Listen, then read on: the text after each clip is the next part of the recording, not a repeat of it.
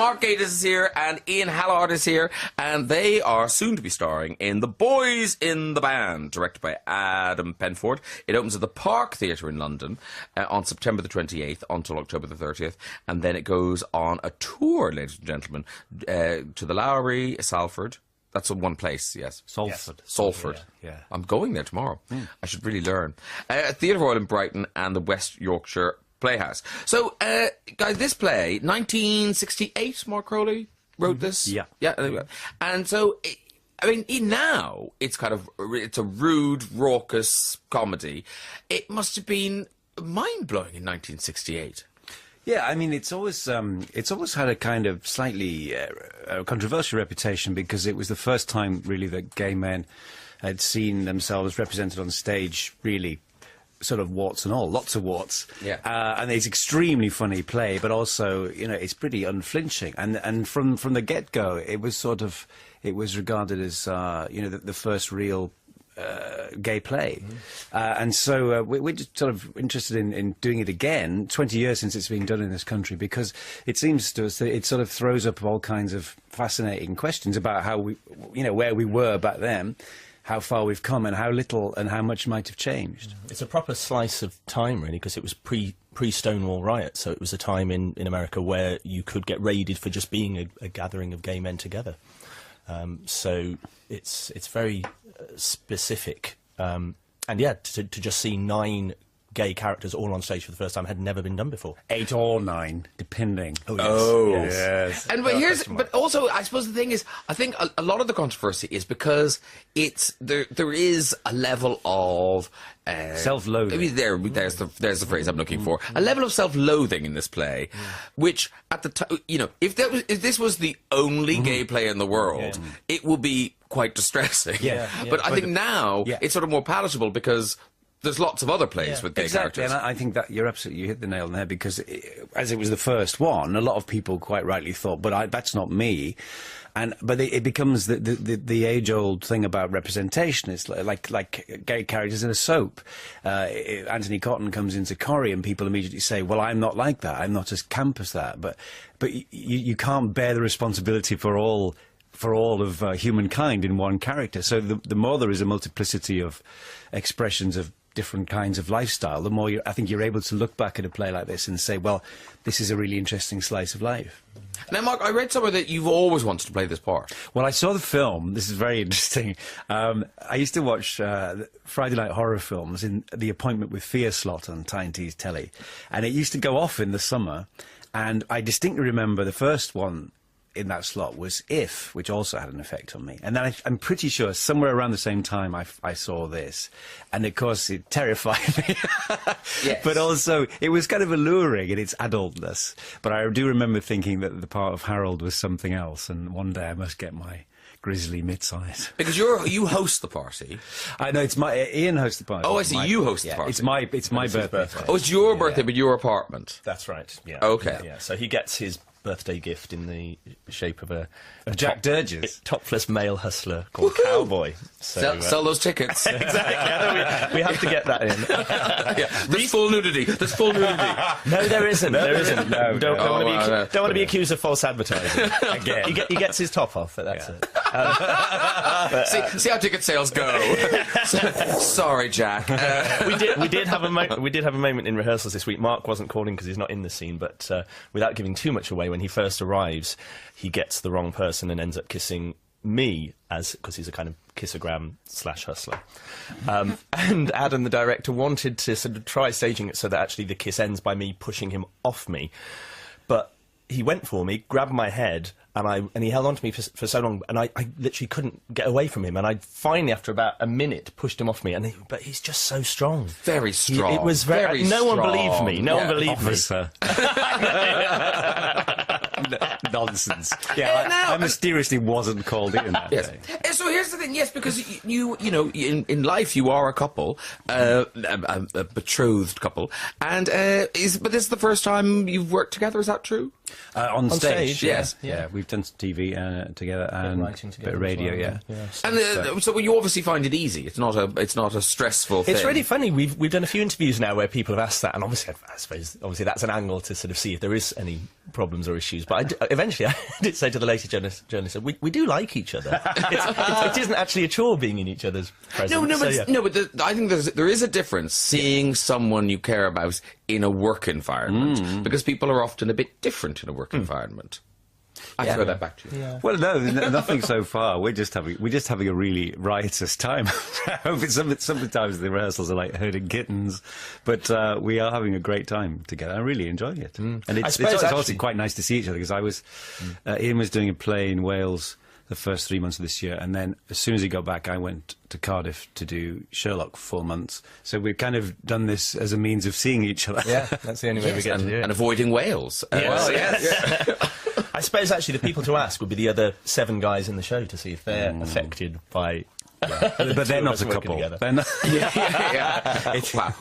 It really is riotous. And so, Adam, so how did it happen? Did you guys come up with the idea of doing this, or did somebody come to you guys and say? It was kind of a mixture of the two, really. I did a reading of the play a few years ago, so I was sort of kind of attached, and then Tom O'Connell and James Seabright, our lovely producers, sort of took it on as a project and arranged the run at the Park Theatre and then the subsequent tour, and then Adam sort of came on board as well. So, and originally Mark wasn't going to be involved, really. That wasn't the plan at any stage, really. But it just, when the slot at the Park came up, it happened that it just coincided really neatly with the end of Sherlock filming, and so I had a window, Graham. Yeah, you're so lucky. So I slotted in. I was happy to slot it in. And when people see this, are they going to see a sort of historical curiosity, or are they? I mean, is it you've set it then? Yeah, I mean, you'd have to. You can't do it any It's other not. way. No, I don't think. I mean, we honestly want to think it definitely has a broader appeal. It's not just for gay men of a certain age, or it really does have a universal appeal. It's very funny and very acerbic and very dark, but I think that's, as I said, I think it's the appeal to me really lies in the idea of seeing it as it was, and using that as a way of discussing, you know, how far we might have come. And also, a lot of the themes, I think, have kind of come back round, which I think is the measure of a really good play. Yeah, this is it. I think the whole kind of question of relevance sometimes can be you're sort of holding gay drama to a higher standard than other plays, because you put on great plays again just because they're great plays. And I think if anyone's seen the film, they cut quite a lot from the first half of the show, which is the hysterical fun part of the party, and the film feels a lot bleaker than the play, actually, and I think you kind of forget that, don't you? But even then, there are lots of things about mental health in it, which has not gone away. That the suicide rate amongst young gay men is terrifyingly high. There are all kinds of interesting themes about I told you it was a laugh. Yeah, really. about masculinity and how that, you know, within the gay community, that is a massively debated thing. Yeah, still. So it's interesting. I'm really interested when I read it again, having not seen it for years. I was very struck by how much of these themes have come back round. And it's a proper ensemble, so all of the 9 characters have their own kind of little thing. There's a couple who are sort of debating monogamy and how they negotiate that within their relationship and things like that. So I think and a lot of the people who came in when they sort of auditioned for it sort of said, well, it really feels like a new play. It doesn't feel 50 years old, and I think that's a mark of what a great play is. Yeah. And you were saying that Mart Crowley himself, the writer, he lives, he breathes, and he's coming to see it. Yes, he's thrilled. He's 83, I think. He's coming over, and he emails regularly. If we have any questions about the script, he sends pages and pages of hysterical emails back, which could be turned into its own little show. My favourite thing is I have to wear a sort of curly wig in it, which is being really the most expensive thing, and it's certainly not our wages, the most expensive thing in the show.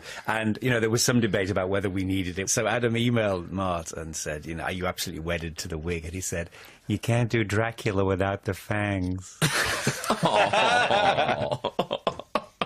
Listen, we're going to talk to Mark and Ian more after their song. Is it their song choice? The two of you? Well, it kind of is, sit at the breakfast table discussing this? We had this played at our wedding. We did, yeah. It was. They came second in the 2001 Eurovision Song Contest, didn't they? And they were robbed. It's not that gay a choice. No. Where did you get married? Did you get married in a field? Temple. In a little temple. Middle temple. Oh, middle temple. Not a little temple. No, middle temple. Just a little temple. with tiny temple. This was played at their wedding. It's Rollo and King, Never Ever Let You Go. I'll never ever be the same since but you left me lonely. So please come back to me. I'll never ever let you go. Oh, did you do choreography to that? New. Mark's not a fan of choreography. There is a dance routine in the show that Mark Yes. doesn't participate in. No, it fills me with joy because it's joyous, but also because I'm not doing it. I feel very happy. Very, very happy. The show they refer to is The Boys in the Band. It opens at the Park Theatre in London on September the 28th, and it runs there until October the 30th. And then they're off to the Lowry in Salford. Theatre Royal Brighton. And the West Yorkshire Playhouse. People will just shout at me in the street when I go there tomorrow. Because I'm there tomorrow. Pitchforks. Yeah. Say it right, Norton. Right. People have gone on to ask questions. You know, listeners. They've been in touch. First question to Ian. Claire and Lester. Claire and Lester. She's probably doing a journalism course, I imagine. This is quite the question. How's Bunsen your Labrador? And what is the story behind his name? Oh, Bunsen our Labrador is very well. He's been coming into rehearsals frequently with us because the Park Theatre is a dog-friendly theatre. They have a theatre dog, which is wonderful. So that, But people can't bring their dogs to see the show. No. It's not that friendly. No. It's not that dog friendly. Yeah. I think Park Theatre may regret saying that. No. So no, he's fine. He's very well. He's been trotting in with us. He's fine. And his name, you named him, didn't you? Yes. When I was a child, we had a West Highland Terrier. And before we got her, I thought we'll call him Churchill or Winston, something interesting, and we called the dog Whiskey. She subsequently had a puppy, and I thought now is the chance, we'll call it, I don't know, Alexander, and we called it Brandy. And I made some childhood vow, that if ever I got a dog of my own, I would call it something interesting, like Bunsen. And but people do frequently mishear, and I mean, he gets Benson, Hudson, and one woman once when we were at Hampstead Heath walking in thought he was called Belson. Yeah. So we're like, wouldn't have worked. No. I assumed it was something to do with the Muppets. No, just the kind of scientific thing. Yeah. He has been on screen as well. He was when Mark did an adaptation of The First Man in the Moon a few years ago. He appeared as Faraday, another scientific. He's done a lot of telly actually, but he's Yeah. done a lot. He's not so keen. He wants to concentrate on theatre. Yeah, of course he does. Of course he does. It's dog friendly. This is from Cheryl in Poole. Mark, you were brilliant in London Spy. You were so Very good. kind. So good in London Spy. How did you get into the character of the creepy crime lord? And will we see you in the second series? It's creepy again. I know. No, properly creepy. That was horrible. I'd have divorced him. I am a crime lord. And a Time Lord. So that was easy. Oh, I don't know. I was honestly one of those parts. I don't want to sound too stupidly disingenuous, but I was amazed at people's reaction. I just thought I was doing more of my usual creepy stuff. But I thought it was a wonderful show. I don't think there'll be a second series. I can't really see. No, there is a second series. Is there? Yeah.